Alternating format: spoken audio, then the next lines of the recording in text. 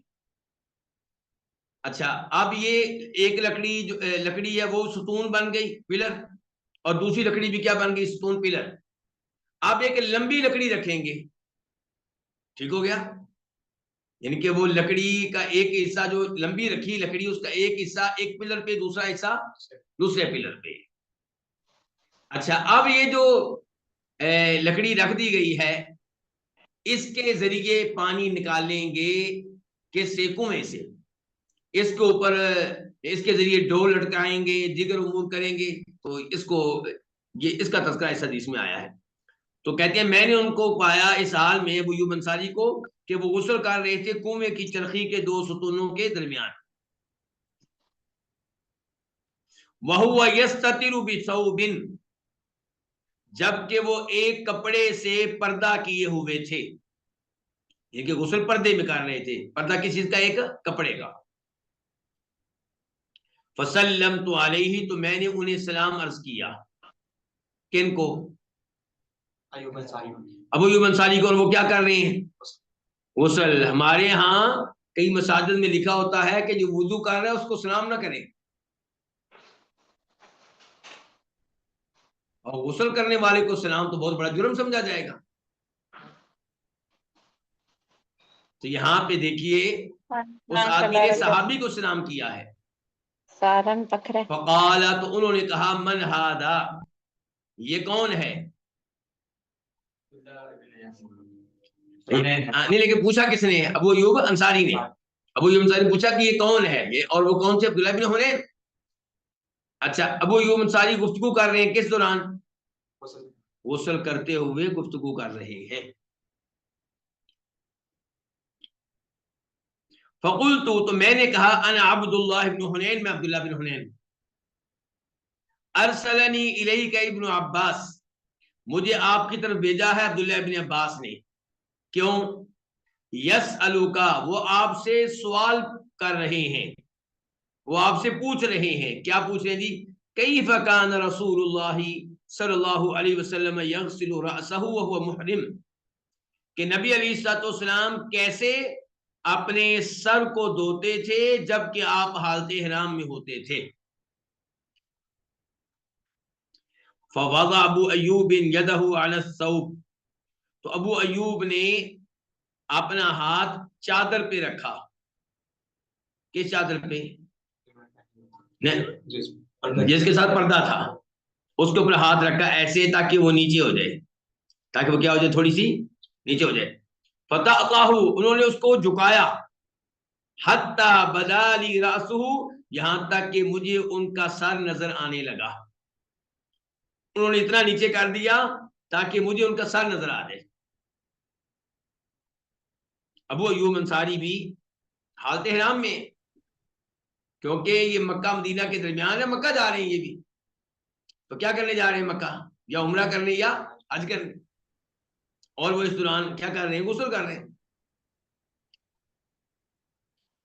सुम्मा क़ाल ली इंसान यसुब्बु अलैहिल मा, फिर उन्होंने कहा, किन्होंने कहा? अबू अय्यूब अंसारी ने एक इंसान से कहा, एक आदमी से कहा जो उन पे पानी डाल रहा था, जो उन पे पानी बहा रहा था, उससे कहा उस बुब, पानी बहाओ, पानी उंडेलो, पानी डालो। फसब्ब अला रासी, चुनाचे उस आदमी ने उनके सर पे पानी डाला। सुम्मा हर्रक रअसहु बियदैहि, फिर अबू अय्यूब अंसारी ने अपने सर को हरकत दी अपने दोनों हाथों से, दोनों हाथों से हरकत दे रहे हैं। हरकत देंगे तो बाल गिरेंगे कि नहीं गिरेंगे? सर के बाल गिरेंगे ना, कुछ ना कुछ तो बाल गिरेंगे ना। जब आप इस अंदाज से पानी डालते हुए सर के बालों को हरकत देंगे, कुछ ना कुछ तो बाल गिरेंगे ना, कोई 1 2 3 बाल तो गिरेंगे। फअक़बल बिहिमा व अदबर, तो वो अपने हाथों को आगे से पीछे की तरफ लाए, ये देखें, आगे से पीछे की तरफ, वो अदबर, और फिर पीछे से आगे की तरफ लेकर आए। सुम्मा क़ाल,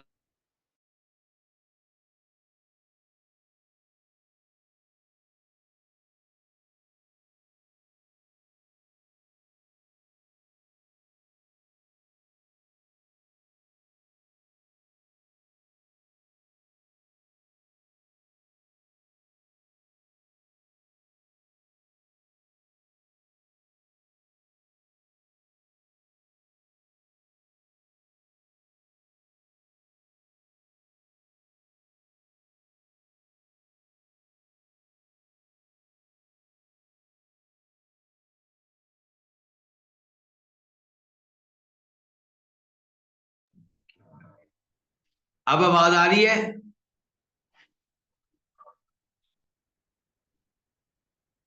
अब आ रही है, चलिए, जज़ाकुमुल्लाह खैरा।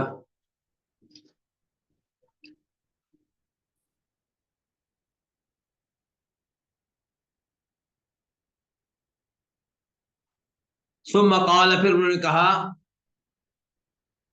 हाकज़ा रअयतुहु सल्लल्लाहु अलैहि वसल्लम यफ़अल, इसी तरह मैंने देखा है नबी अलैहिस्सलातु वस्सलाम को कि आप करते थे।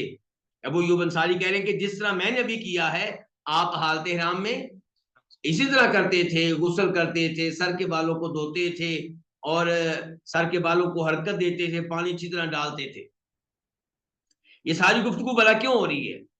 क्योंकि आपको पता है हालत इहराम में बाल गिराने की इजाजत नहीं है, बाल तोड़ने की इजाजत नहीं है, बाल काटने की इजाजत नहीं है। तो इसीलिए अब्दुल्लाह इब्न अब्बास में और मिस्वर बिन मखरमा में इख्तिलाफ हुआ था। एक साहब कह रहे थे कि सर के बालों को धो सकते हैं, और सर के बालों को धोते हुए को बाल गिर जाए तो कोई बात नहीं, क्योंकि आपका मकसद बाल गिराना नहीं है, आपका मकसद तो धोना है, और असल एतबार होता है नीयत का।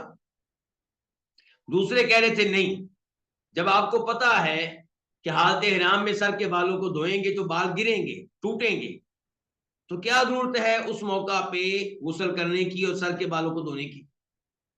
तो इसीलिए मसला पूछने के लिए भेजा अब्दुल्लाह बिन हुनैन को, वो अय्यूब अंसारी की तरफ। तो वो हालत इहराम में गुस्ल कर रहे थे और फिर बताया कि मैंने नबी अलैहिस्सलाम को इस तरह करते हुए देखा है। इस हदीस को रिवायत किया इमाम बुखारी ने, नंबर है 1840 1840। और इमाम मुस्लिम ने नंबर है 1205 1205। वफी रिवायतिन, और एक रिवायत में है कि फ़क़ाल अल मिसवर, तो ये सब कुछ होने के बाद मिसवर ने कहा अब्दुल्लाह इब्न अब्बास से, ला उमारी का बादहा अबदा, इसके बाद कभी भी मैं आपसे बहसो मुबासा नहीं करूंगा, आपसे मुनाजरा नहीं करूंगा। यानी कि पता चल गया कि इल्म आपके पास है और मेरा मौक़िफ़ गलत निकला है, आइंदा मैं आपसे कोई मुकाबला नहीं करूंगा। अच्छा, इस हदीस में एक तो तज़किरा आया है मकाम अबवा का, और ये बता चुका हूं कि मक्का मदीना के दरमियान है और अलबत्ता मदीना के करीब है मक्का के मुकाबले में। दूसरे नंबर पे यहाँ पे तज़किरा आया है लफ्ज अलकरनैन का, यह कर्न उनकी जमा है, और बता चुका हूं कि इससे मुराद वो दो लकड़ियां हैं जो कुएं के किनारे पर इसलिए गाड़ी जाती हैं कि इन पर पानी खींचने वाली चरखी को रखा जा सके। ठीक है। अच्छा, उसके बाद इस हदीस से क्या क्या मसले मालूम हुए। नंबर एक, ये पता चला कि वो शख्स जो हालत इहराम में है वो अपने सर के बाल धो सकता है, चाहे वो धो रहा हो किसी वाजिब गुस्ल की वजह से, मिसाल मर्द है, इहतराम हो गया, इस वजह से धो रहा हो, या पसीना आया है इसलिए, या गर्मी लग रही है ठंडक हासिल करने के लिए, या कोई भी वजह हो, जायज है, कोई मसला नहीं इसमें। नंबर दो, इस हदीस से मसला मालूम हुआ कि सर के बालों पे गुस्ल के दौरान अपने हाथों को गुजारना और मलना यह जायज है, इसमें कोई हर्ज नहीं है। बस यह है कि जानबूझकर बाल गिराना मकसूद ना हो।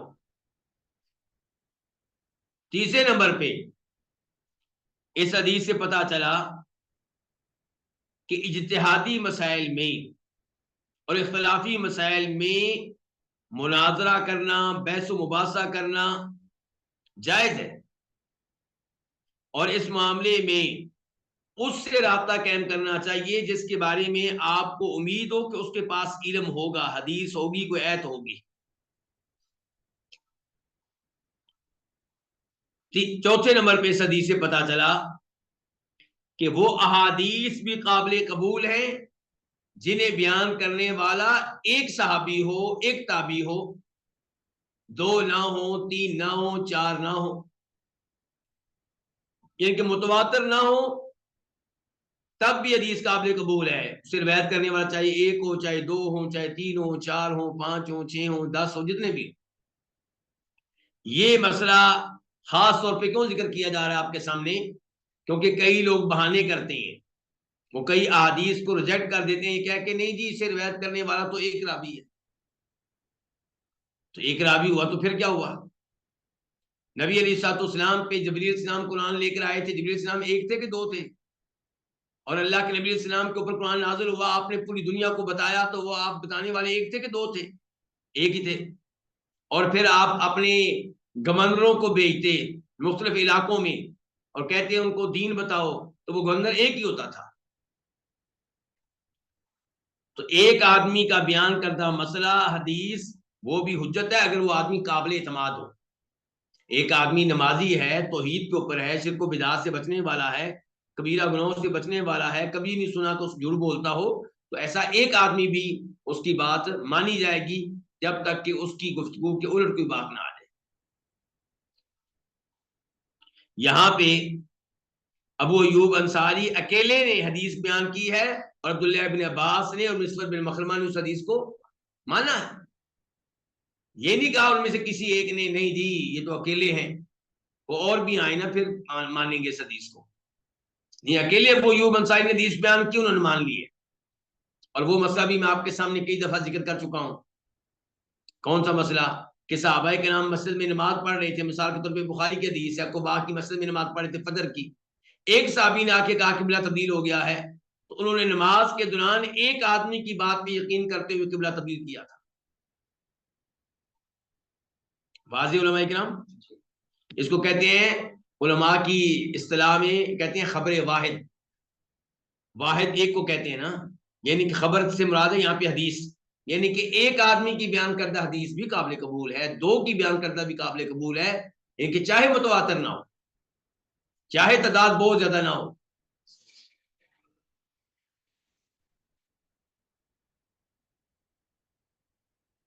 पांचवें नंबर पे हमें मसला ये मालूम हुआ कि जब किसी मसले में इख्तिलाफ हो तो फिर रुजू किधर करना है? कुरान और हदीस की तरफ। उस मौका पे अपने इज्तिहाद से काम नहीं लेना, कियास से काम नहीं लेना। यहां पे इन दो सहाबियों ने, दोनों के पास हदीस नहीं थी, ना अब्दुल्लाह इब्न अब्बास के पास ना मिस्र के पास। अगर होती तो वो बयान कर देते, दोनों के पास नहीं थी, उन्होंने अपना अपना इज्तिहाद किया। लेकिन मसला हल तब हुआ जब हदीस मिली। अल्लाह ताला फरमाते हैं फ़इन तनाज़अतुम फ़ी शैइन फरुद्दूहु इलल्लाहि व रसूल। किसी भी मसले में इख्तिलाफ हो जाए तो क्या करना है? हल कहां से लेना है? फरमाया कुरान से, हदीस से लेना है। और यहां पे इन साहबा ने यही कुछ किया है। और पहले भी मैं खबरदार कर चुका हूं, फिर मैं बता दूं कि उन दो साहबा ने ये नहीं कहा कि तू भी साहबी है, बड़ा इमाम है, मैं भी साहबी हूं, बड़ा इमाम हूं, तेरी बात भी ठीक, मेरी भी ठीक, फिका हनफी वाले भी हर मसले में ठीक, फिका मालकी वाले भी हर मसले में ठीक, फिका शाफी वाले भी हर मसले में ठीक, फिका अमरी वाले भी हर मसले में ठीक। नहीं, ऐसा नहीं होता। हाँ, कोई कोई मसला होता है जिसमें दो मौकफ ठीक होते हैं, चौथा गलत होता है, या तीन ठीक होते हैं, चौथा गलत होता है। आमतौर पे हर मसले में एक मौकफ ठीक होता है, और वो जिसके साथ दलील हो, बाकी मौकफ उस मौका पे ठीक नहीं होते।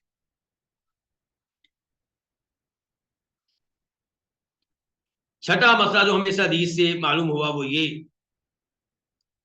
कि जो वुजू कर रहा है या गुस्ल कर रहा है उसे सलाम करना जायज है, और उससे गुफ्तगू करना बवक्त जरूरत जायज। कोई हर्ज नहीं है इसमें। दलील मैं आपको दे चुका हूं, ऐसे ही है ना। सातवें नंबर पे ये पता चला कि गुस्ल के मौका पे पर्दे का एहतमाम करना अफजल है, बेहतर है। मैं क्या लफ्ज बोल रहा हूं? क्या नहीं कह रहा? वाजिब नहीं कह रहा।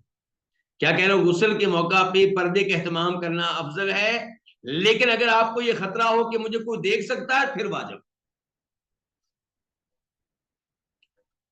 यानी कि अगर आपको खतरा नहीं है कि आपको देखने वाला नहीं है, जैसे कि पुराने जमाने में लोग वो चले जाते थे किसी नदी पे, किसी नहर पे, तो जब खतरा ना होता, कोई देख रहा है तो जहर है, कोई ऐसे गुस्ल कर लेते थे। तो जब खतरा हो कि नहीं, इधर लोग गुजरते हैं, कोई आ सकता है, तो फिर पर्दे का एहतमाम करना क्या हो जाएगा? वाजिब हो जाएगा। आठवें नंबर पे इस हदीस से मसला मालूम हुआ कि वुजू करते हुए या गुस्ल करते हुए किसी और से मदद लेना जायज है। यहां पे वो अय्यूब अंसारी गुस्ल कर रहे थे और पानी उनके ऊपर कोई और डाल रहा था, पानी उनके ऊपर कोई और डाल रहा था।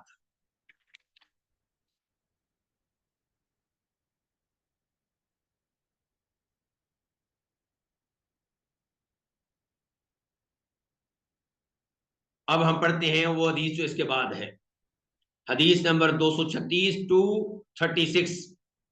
रावी है जाबिर बिन अब्दुल्ला रज़ी अल्लाह तआला अन्हुमा, खुद भी साहबी, उनके वालिद भी साहबी हैं। और इनके वालिद अब्दुल्ला ये शहीद हुए थे किस जंग में? ओहद की जंग में। किस जंग में शहीद हुए थे? ओहद, गज़वा ओहद में शहीद हुए थे। तो जाबिर बिन अब्दुल्ला कहते हैं अहल्लन नबी सल्लल्लाहु अलैहि वसल्लम व अस्हाबुहु बिल हज्जी, कि नबी अलैहिस्सलातु वस्सलाम और आपके असहाब ने हज का तलबिया पढ़ा। कौन सा तलबिया पढ़ा?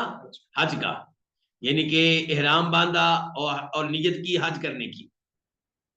वलैसा मा अहदिम मिनहुम हदियुन गैर नबी सल्लल्लाहु अलैहि वसल्लम व तलहा, और उनमें से किसी के पास कुर्बानी के जानवर नहीं थे सवाए नबी अलैहिस्सलाम के और तलहा के। तलहा से मुराद यहां पे कौन से तलहा है? तलहा बिन उबैदुल्लाह, तलहा बिन उबैदुल्लाह, जो कि किन में से हैं, किन 10 सहाबा किराम में से हैं जिनको दुनिया में एक ही मजलिस में, एक ही मकाम पे, एक ही मौका पे जन्नत की खुशखबरी मिली। ऐसे सहाबा किराम कितने हैं? 10। वैसे वो सहाबा किराम जिनको जन्नत की खुशखबरियां दुनिया में मिली वो 10 नहीं है, बल्कि 10 से कहीं ज्यादा है। लेकिन जिन 10 को एक ही मजलिस में, एक ही मौका पे आपने जन्नत की खुशखबरी दी, वो 10 है। और उन्हें कहते हैं आशारा मुबश्शरा। आशारा का मतलब 10, मुबश्शरा खुशखबरी, वो 10 जिनको खुशखबरी मिली है किस चीज की, यानी कि जन्नत की। तो उनमें से एक कौन है? ये तलहा बिन उबैदुल्लाह। तो जाबिर बिन अब्दुल्लाह कह रहे हैं कि आप अलैहिस्सलाम ने हज किया और जो कुर्बानी की जानवर अपने साथ लेकर गए मीकात से, वो एक नबी अलैहिस्सलाम थे और एक तलहा थे। जाबिर बिन अब्दुल्लाह ने ये गुफ्तगू की अपने इल्म के मुताबिक, वरना जनाब तलहा के अलावा कुछ और सहाबा किराम भी थे जिनके पास कुर्बानी के जानवर थे। एक हदीस में आता है मिसाल के तौर पे अबू बकर और उमर रज़ी अल्लाह तआला अन्हुमा, उनके पास भी कुर्बानी के जानवर थे। वक़दिम अली मिनल यमन, और जनाब अली तशरीफ लाए यमन से।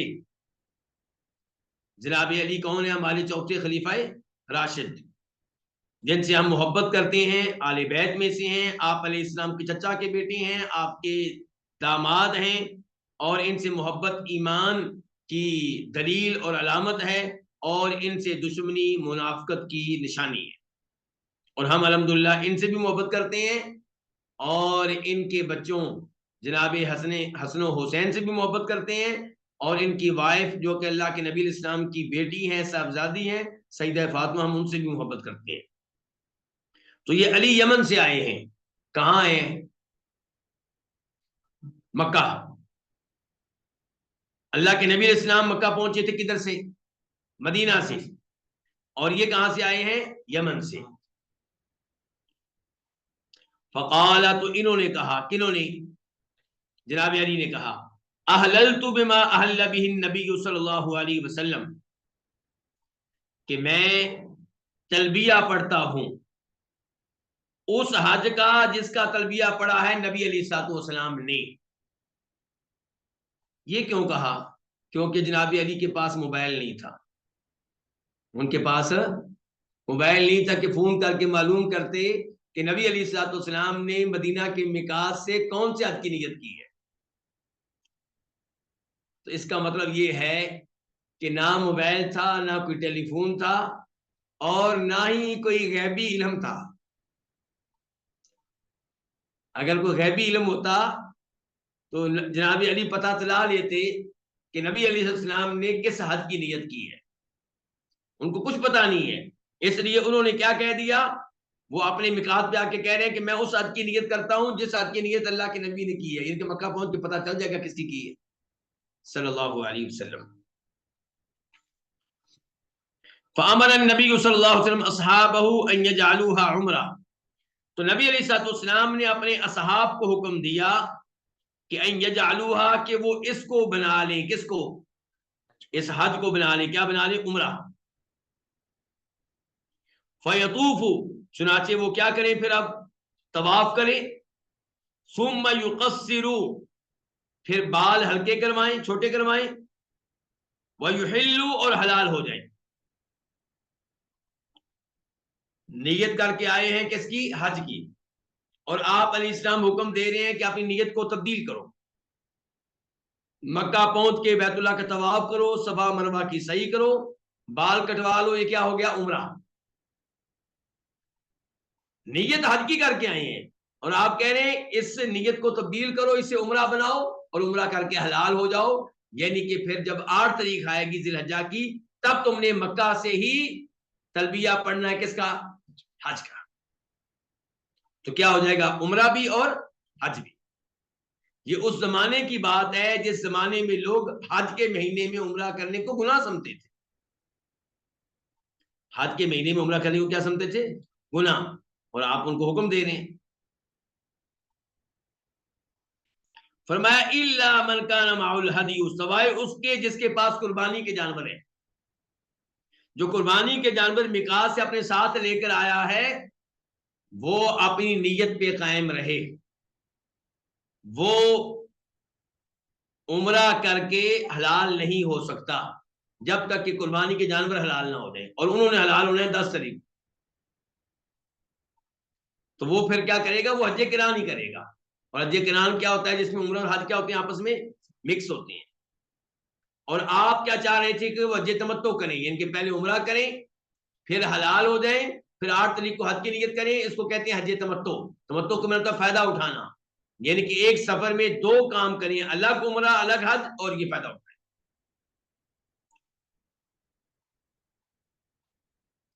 फकालू, तो उन्होंने कहा आगे से, किन्होंने, सहाबा किराम ने, नंतलिकु इला मिना, क्या हम मिना जाएंगे।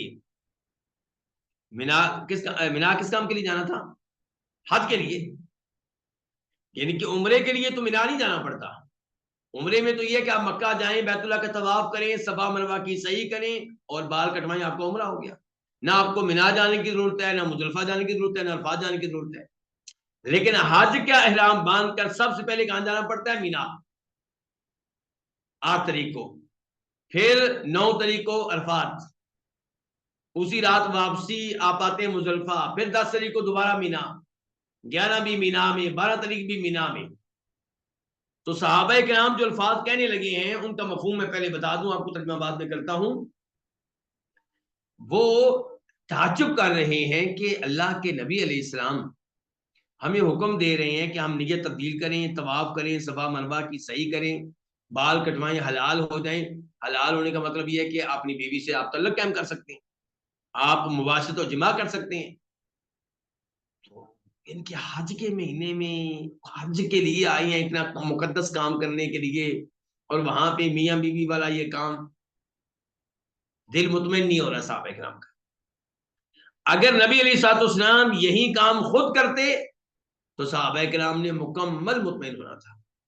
लेकिन यहां पे मसला ये था कि एक तो आप वो काम कह रहे थे जिसको वो लोग किसी जमाने में गुनाह समझते थे, और एक ये कि खुद आप ये काम नहीं कर रहे थे।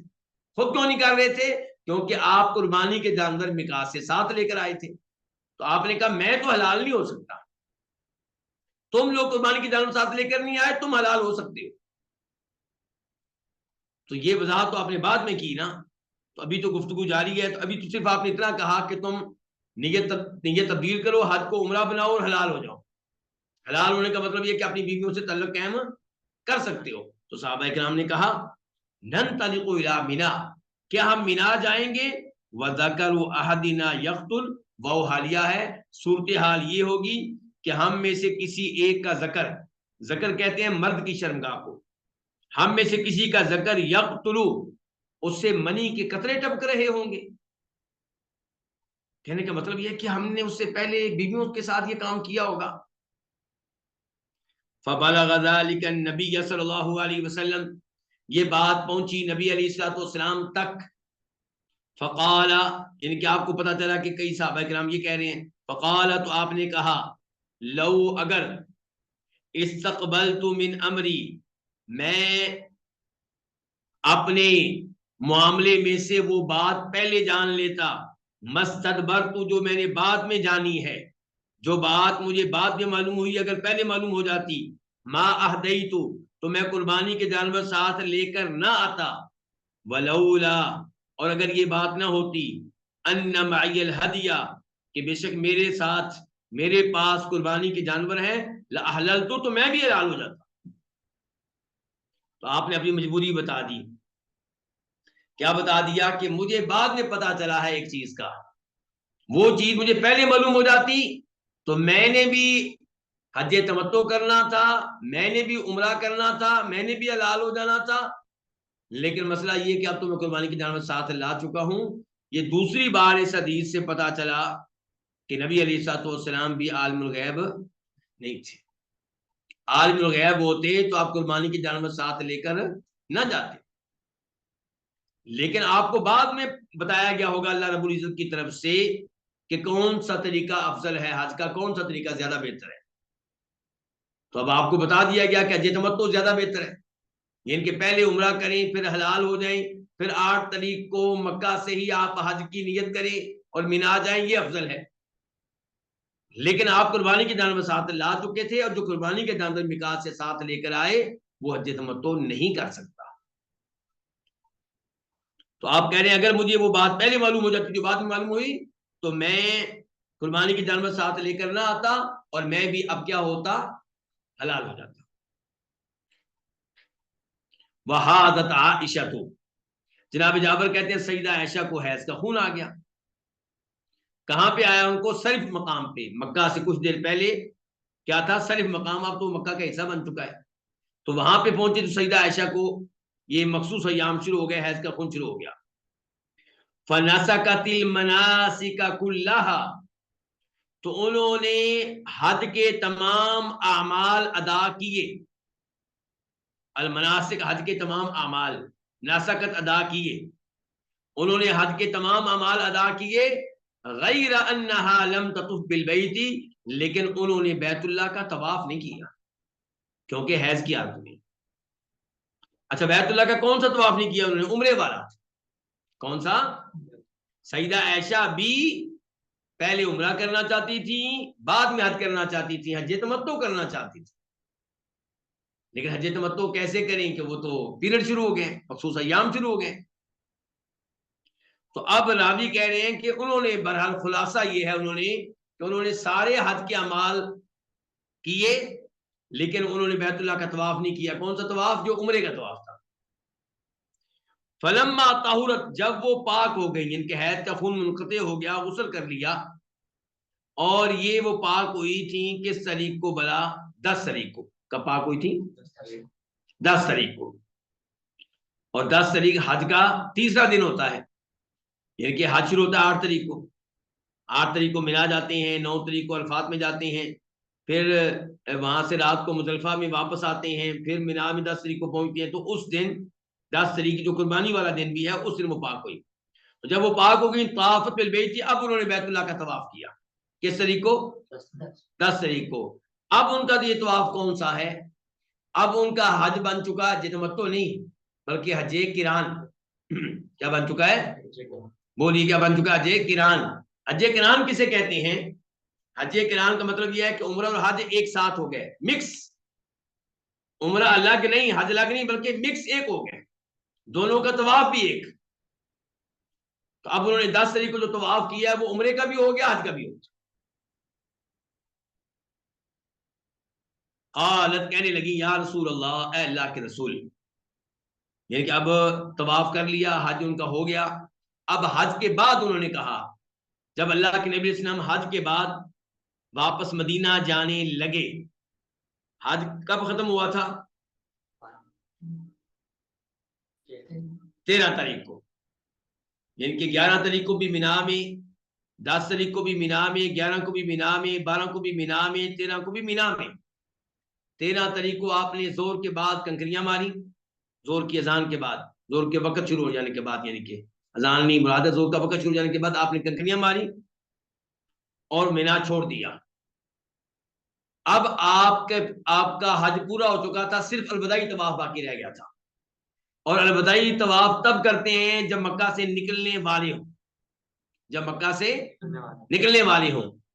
तो आपने एक जगह आके आराम किया, नमाजें अदा की, और अब मदीना वापस जाना चाहते थे तवाफ करके। तो उस मौका पर सईदा आयशा ने कहा, या रसूल अल्लाह, अल्लाह के रसूल, तंतलिकून बिहज्जतिन व उम्रा, आप सब लोग वापस जाओगे एक हज और एक उम्रे के साथ, यानी कि मुस्तकिल उम्रा मुस्तकिल हज, जिसको क्या कहते हैं? हज तमत्तो। व अंतलिकू बिहज्जिन, और मैं वापस जाऊंगी खाली हज के साथ, यानी कि मेरा हज तो हज किरान है, जिसमें उम्रा अलग नहीं है, जिसमें उम्रा अलग नहीं है। फअमर अब्दुर्रहमान इब्न अबी बकरिन, तो आपने हुक्म दिया अब्दुर्रहमान बिन अबू बकर को, ये सईदा आयशा के क्या लगे? भाई। उनको हुक्म दिया भी अन यखरुज माहा, कि वो निकले, माहा उनके साथ, किनके साथ? सईदा आयशा के साथ। निकल कर कहां जाए? इले तनईम, तनईम की तरफ। फातमरत बाद हज, चुनाचे उन्होंने हज के बाद उम्रा किया। अच्छा, तनईम किसको कहते हैं? तनीम वो जगह है जिसको आजकल लोग मस्जिद ऐशा भी कहते हैं। असल में मसला ये है कि जो मक्का का रहने वाला है, बोलिए कहाँ का रहने वाला है? मक्का का। वो अगर उम्रा करना चाहे तो उसके लिए तरीका ये है कि वो मक्का के हुदूद हरम से बाहर निकले, चाहे मक्का की मशरकी जानब चला जाए, चाहे मगरबी जानब, चाहे जनूब में चला जाए, चाहे शिमाल में चला जाए, किसी भी साइड पे हुदूद हरम से बाहर निकले और वहां से इहराम बांध के उम्रा कर ले। तो सईदा आयशा चूंकि मक्का में ठहरी हुई थी, तो आपने कहा उनके भाई को कि इनको तनीम लेकर जाओ और वहां से इनको उम्रा कराओ। अच्छा, सईदा आयशा को तनीम से उम्रा कराया गया है। उस वक्त लोगों की हालत क्या होगी? हशाश बशाश होंगे या थक चुके होंगे? थके हुए होंगे, हज करके थक चुके होंगे। तो अगर मक्का में रहकर अपने होटल से ही उम्रा करना दुरुस्त होता तो आप सईदा आयशा को मशक्कत में ना डालते, तनीम ना भेजते। सईदा आयशा को भी भेजा, साथ उनके भाई को भी भेजा, और सहाबा के नाम सारे के सारे इंतजार कर रहे हैं सईदा आयशा के उम्रे के खत्म होने का, ताकि मदीना के लिए निकले। और अलग से एक हदीस है जो आप सब ने कई दफा सुनी होगी कि नबी अलैहिस्सलाम को जब भी इख्तियार दिया गया दो कामों में से एक का, तो आपने किसको इख्तियार किया? जो आसान होता। तो अगर तनीम के उम्रे जायज होते और होटल से उम्रा करना जायज होता मक्का वालों के लिए जो मक्का में ठहरा हुआ है, तो आप सईदा आयशा को तनीम न भेजते। एक बात आपने ये ज़हन में रखनी है। दूसरी बात ये ज़हन में रखनी है आपने कि क्या नबी अलैहिस्सलाम ने उस मौका पे सहाबा के नाम से ये कहा कि आप लोगों में से कोई अगर तनीम से उम्रा करना चाहता है तो वो भी कर ले? तुम लोग उम्रा करने के लिए कहां से आए हो? मदीना से। कितने दिन का सफर करके? 7-8 दिन का। छोटा सा उम्रा तनीम से कर लो, तुम भी 3-4 उम्रे कर लो, कोई फूफी के नाम पे, कोई खाला के नाम पे। और आप रहमतुल्लाह आलमीन थे, अगर कोई ऐसी गुंजाइश होती तो आप जरूर रहनुमाई करते। ऐसा कुछ नहीं कहा आपने। तो इसीलिए शेख अलबानी कहा करते थे रहमहुल्लाह कि तनीम का उम्रा उम्रतुल हाइद। ये किसका उम्रा है? ये उस औरत का उम्रा है जिसको हैज का खून आता हो। मर्दों को हैज का खून नहीं आता। यानी कि जिसकी सूरत हाल सईदा आयशा की तरह हो जाए। ये बड़ा अहम मसला है, मैं बड़ी अहम मसले की वजह दिला रहा हूँ। आपको नहीं पता लोग क्या कर रहे हैं वहां पे। तो ये बड़ा अहम मसला बता रहा हूं कि जिस औरत की वो सूरत हाल हो जाए जो सईदा आयशा की है। वो क्या कि औरत पहुंचे हज तमत्तो के लिए मक्का और उसे शुरू हो जाए मखसूस अय्याम, और मखसूस अय्याम तब खत्म हो जब हज शुरू हो चुका हो। अगर कोई औरत हज से 20 दिन पहले पहुंची है मक्का और मखसूस अय्याम शुरू हो गए तो उसका कोई मसला नहीं। क्यों? क्योंकि वो इंतजार करेगी, हालते राम में रहेगी। जब पाक हो जाए, गुस्ल करे, तवाफ करे, सवा मनवा की सही करे, 12 रुपये उम्रा हो गया उसका।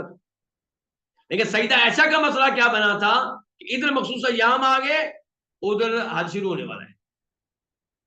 इंतजार करेगी तो हज शुरू हो जाएगा। जिसकी ये सूरत हाल हो जाए कि मखसूस अय्याम आ जाए, ऊपर से हज शुरू हो जाए और मुस्तकिल उम्रा रह जाए, वो हज के बाद तनीम से उम्रा कर ले। बाकी लोग इसको अपना मामूल ना बनाएं। आप गौर करें कि नबी अलैहिस्सलाम ने टोटल कितने उम्रे किए हैं? 4। और 4 उम्रों में से कोई 2 उम्रे ऐसे नहीं है जो एक सफर में किए हो। आपने जब भी उम्रा किया है मदीना से मक्का आकर या जिराना से मक्का आकर, इनके एक सफर में उम्रा किया है। ऐसा नहीं है कि आपने खुद ऐसा किया हो या सहाबा किराम को कहा हो कि भाई तुम इतना लंबा सफर, मुश्किल सफर करके आते हो तो यहां से 20-25 उम्रे कर लो, और भी रोजाना एक जोर के टाइम उम्रा कर लो, एक असर के टाइम तमीज से कर लो, एक मगरिब के टाइम कर लो। लोग आजकल ऐसा कर रहे हैं। तो इसकी जगह पे क्या करना चाहिए? आप बार बार तवाफ करें। पाकिस्तानी या इंडियन या बांग्लादेशी हाजी जब मक्का जाए, जाते एक उम्रा कर ले। फिर आप गए हैं मदीना की ज़ियारत के लिए और मदीना से दोबारा मक्का आ रहे हैं, तो मदीना के मिकात से आप दोबारा उम्रा कर लें, क्योंकि ये मक्का का फिर एक और सफर कर रहे हैं आप। इसी तरह अगर आप मक्का से किसी वजह से तैफ जाते हैं, तैफ से वापस आते हुए तैफ के मिकात से एक और उम्रा कर लें। लेकिन ये मस्जिद आयशा से, तनीम से बार बार उम्रे करना, ये नबी अलैहिस्सलाम सहाबा किराम का तरीक़ाकार नहीं है। हाँ, मक्का वाले करें, जो मक्की सहाबा किराम थे उन्होंने किया हुआ तनीम से उम्रा, मुझे पता है, बिल्कुल अच्छी तरह पता है। लेकिन मैं बात कर रहा हूं उनकी जो बाहर से आए।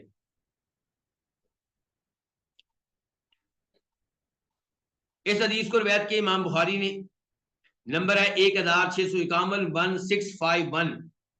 और इमाम बुखारी ने इसके ऊपर बाब क्या कायम किया है, उन्वान क्या कायम किया है कि बाब तक़दिल हाइदुल मनासिका कुल्लहा इल्ला तवाफ बिल बैत, कि जो औरत हैज की हालत में होगी वो हज उम्रे के तमाम अमाल को सरअंजाम देगी, लेकिन बैतुल्लाह का तवाफ नहीं करेगी।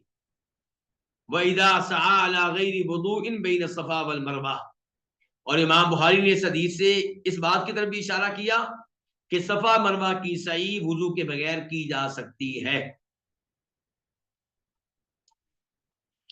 फिर इमाम बुखारी इस हदीस को दोबारा लेकर आए हैं सही बुखारी में, नंबर है हदीस का 1785 1785। और इसके ऊपर इमाम बुखारी ने बाब क्या कायम किया है, बाब उम्रत तनईमी, तनईम से उम्रा करना। फिर इमाम बुखारी इसको तीसरी बार लेकर आए हैं अपनी सही बुखारी में, नंबर है 7230 7230। और इस बार इमाम बुखारी ने बाब क्या कायम किया, बाब कौल नबी सल्लल्लाहु अलैहि वसल्लम, कि नबी अलैहि सल्लम का फरमान कि लौ इस्तक़बलतु मिन अमरी मस्तदबरतु, अगर मैं वो बात पहले जान लेता जो मुझे बात ही मालूम हुई तो मैं कुर्बानी की जानवर साथ लेकर ना आता। तो यहाँ पे आपने लफ्ज कौन सा इस्तेमाल किया, लौ, अगर। इमाम बुखारी ने साबित किया है कि लौ का इस्तेमाल हर जगह ममनू नहीं है। जब दीनी उमूर में आप कह रहे हो लौ, तो इसमें इंशाल्लाह कोई हर्ज नहीं है। लेकिन अगर लौ आप इसलिए कह रहे हैं कि आप समझते हैं कि मैं तकदीर को नाकाम बना सकता था, तो फिर ये कहना गलत होगा। आप अलैहिस्सलाम फरमाते हैं लौ से बचो, लफ्ज लौ जो है शैतान का दरवाजा खोलता है। इनके आप मिसाल के तौर पे कहते हैं कि अगर फलां डॉक्टर के पास में बेटे को ले जाता तो मेरा बेटा कभी नहीं मरना था। तो अगर आप ये बात कह रहे हैं सबब के तौर पे, तो उस डॉक्टर के पास में पहुंच जाता तो डॉक्टर अच्छा है तो मुझे उम्मीद है कि वो अच्छा इलाज करता, फिर भी कोई अर्ज नहीं। लेकिन अगर आप यकीन से कह रहे हैं कि अगर उसके पास पहुंच जाता तो बस जी उसने मेरे बेटे को बचा लेना था, तकदीर यानी कि मगलूब हो जानी थी, तकदीर को मैं शिकस्त दे देता, तो ये आपकी भूल है। ऐसा अगर लौ और अगर इस्तेमाल करेंगे तो फरमाया ये शैतान का दरवाजा खुलता है, इससे तकदीर को कोई भी शिकस्त नहीं दे सकता। इसीलिए हमें ये अल्फाज अच्छे नहीं लगते जो कई लोग कह रहे होते हैं फला आदमी ने कैंसर के मर्ज को शिकस्त दे दी और हम मुकाबला करेंगे फला वबा का। क्या करेंगे, मुकाबला करेंगे फला बीमारी का, कोरोना का मुकाबला करेंगे। अरे मुकाबला क्या करना है, ये कहें कि अल्लाह ताला से दुआ करते हैं अल्लाह हमें उससे बचाए। मुकाबला हम कैसे कर सकते हैं। ये जो लंबी हदीस हमने अभी पढ़ी है, इससे क्या क्या मसाइल मालूम हुए। नंबर 1 ये पता चला कि हज करने वाला अगर चाहे तो मिकात से कुर्बानी के जानवर अपने साथ ला सकता है, जैसा कि नबी अलैहिस्सलाम लेकर आए थे। नंबर 2 ये पता चला कि अगर आप कुर्बानी का जानवर अपने साथ लेकर नहीं आते तो ये भी दुरुस्त है, अक्सर सहाबा किराम ने यही किया था। नंबर 3 इस हदीस से पता चला कि जनाबे अली कितने समझदार थे, कितने बड़े फकीह थे, कि उन्होंने मिकात से नियत क्या की कि मेरी उसी हज की नियत जिसके हज की नियत किसने की होगी, अल्लाह के नबी ने की होगी अलैहिस्सलातु वस्सलाम। अच्छा, इससे ये तो पता चल रहा है कि कितने बड़े वो फकीह थे, कितने बड़े अक्लमंद थे। ये पता नहीं चल रहा कि वो आलिमुल गैब थे। आलिमुल गैब होते तो फिर ये नियत ना करते, फिर तो उसी हद की नियत करते जिसकी अल्लाह के नबी ने की है अलैहिस्सलातु वस्सलाम।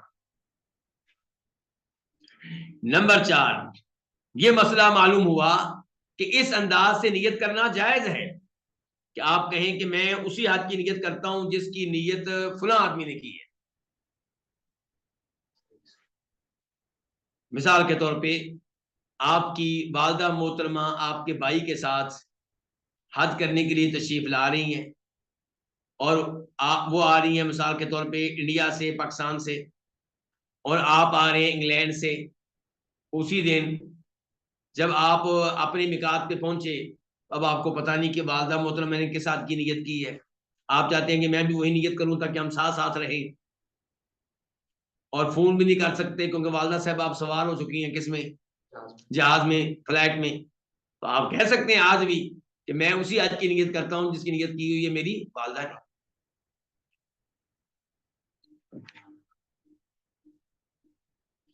5वें नंबर पे ये मसला मालूम हुआ कि नबी अलैहिस्सलाम ने अपने उन असहाब को हुक्म दिया जो कुर्बानी के जानवर साथ लेकर नहीं आए थे कि वो अपनी हज को तब्दील करें उम्रा में, और जब वो उम्रे के अमाल कर लेंगे तो फिर वो हलाल हो जाएंगे, और फिर वो 8 तारीख को हज की नियत करेंगे और उसका इहराम बांधेंगे। छठा मसला इस हदीस से मालूम हुआ कि जो कुर्बानी के जानवर मिकात से साथ लेकर आए वो इहराम नहीं खोल सकते, वो हालत इहराम में ही रहेंगे, और वो हज किरान तो कर सकते हैं, हज तमत्तो नहीं कर सकते। नंबर 7, ये पता चला कि नबी अलैहिस्सलाम ने यह आरजू की थी कि आप कुर्बानी के जानवर साथ लेकर ना आए होते और आप भी हज को उम्रे में तब्दील कर लेते, और यही नबी अलैहिस्सलाम का आखिरी मामला है। तो इससे पता चला कि फिर अफजल यही है कि इंसान कुर्बानी के जानवर साथ लेकर ना आए और हज तमत्तो करे। किया आपने हज किरान है, लेकिन अफजल हज किरान नहीं बल्कि हज तमत्तो है। ये हमें आपके अमल से नहीं बल्कि आपके अल्फाज से पता चला। वादे है ये वजाहत इसलिए जरूरी है कि कई उलमाए किराम ये फतवा देते हैं कि हज किरान अफजल है क्योंकि अल्लाह के नबी ने वो किया अलैहिस्सलातु वस्सलाम। हम उनसे कहेंगे कि अल्लाह के नबी बता रहे हैं कि अफजल हज तमत्तो है, क्योंकि आप साहबा को कह रहे हैं करो हज तमत्तो, तब्दील करो अपने हज को उमरा में। तो आप जो जोर लगा रहे हैं अफजल काम करने के लिए कि गैर अफजल काम के लिए? अफजल काम के लिए जोर लगा रहे हैं।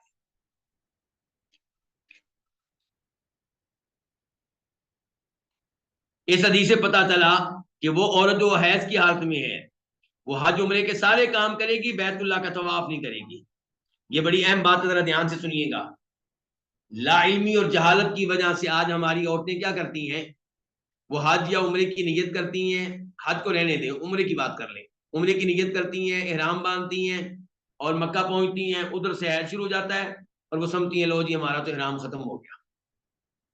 अब वो जनाब वाला खुशबू मिसाल के तौर पे लगा रही हैं, या अपने कोई बाल काटने हैं तो वो काट रही हैं, जबकि ये सारे काम हालत एहराम में जायज नहीं है। उसको पता होना चाहिए चाहे हैज की हालत में है वो हालत एहराम में है, एहराम की पाबंदियों में है। बस ये है कि तवाफ नहीं करेगी और एहराम की पाबंदियों में रह के इंतजार करेगी पाक होने का। हैज आ जाने की वजह से उम्रा खत्म नहीं होता, एहराम की हालत खत्म नहीं होती, ना ही एहराम टूटता है। 11वें नंबर पे मसला मालूम हुआ कि वही जिसकी पहले भी वजाहत हो चुकी है कि सफा मरवा की सई ये की जा सकती है वुजू के बगैर। बल्कि एक औरत है मिसाल के तौर पे, उसने उम्रे की नियत की, बैतुल्लाह का तवाफ कर लिया, तवाफ के बाद हैज शुरू हो गया, मखसूस अय्याम शुरू हो गए, तो क्या इस तरह वो सफा मरवा की सही कर सकती है? बिल्कुल कर सकती है। तवाफ नहीं कर सकती, सफा मरवा की सही कर सकती है। वाजी हो गया।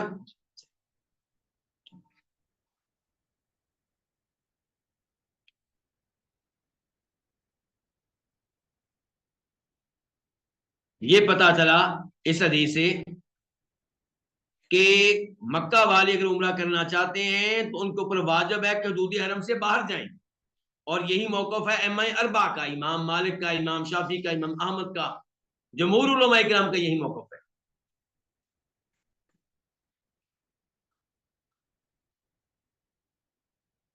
यहीं पे हम आज के दर्स का इख्तिताम करते हैं। अल्लाह रब्बुल इज़्ज़त से दुआ करते हैं कि अल्लाह ताला हमें कुरान और हदीस को सही मानों में समझने की तौफीक इनायत फरमाए। और ये जो आखिरी हदीस हमने पढ़ी है, इसी से ताल्लुक़ रखती है वो हदीस जो इसके बाद है। बल्कि मुझे अब एहसास हुआ है कि वो हमें पढ़ लेनी चाहिए थी, लेकिन नहीं, वो अगली, फिर उससे अगली हदीस भी पढ़नी पड़ेगी। तो यहीं पे दर्स का इख्तिताम करते हैं और इंशाअल्लाह आइंदा दर्स में पढ़ेंगे हदीस नंबर 237 237। अल्लाह ताला आप सबको जज़ाए खैर दे। व आखिरु दावाना अनिल हम्दुलिल्लाहि रब्बिल आलमीन।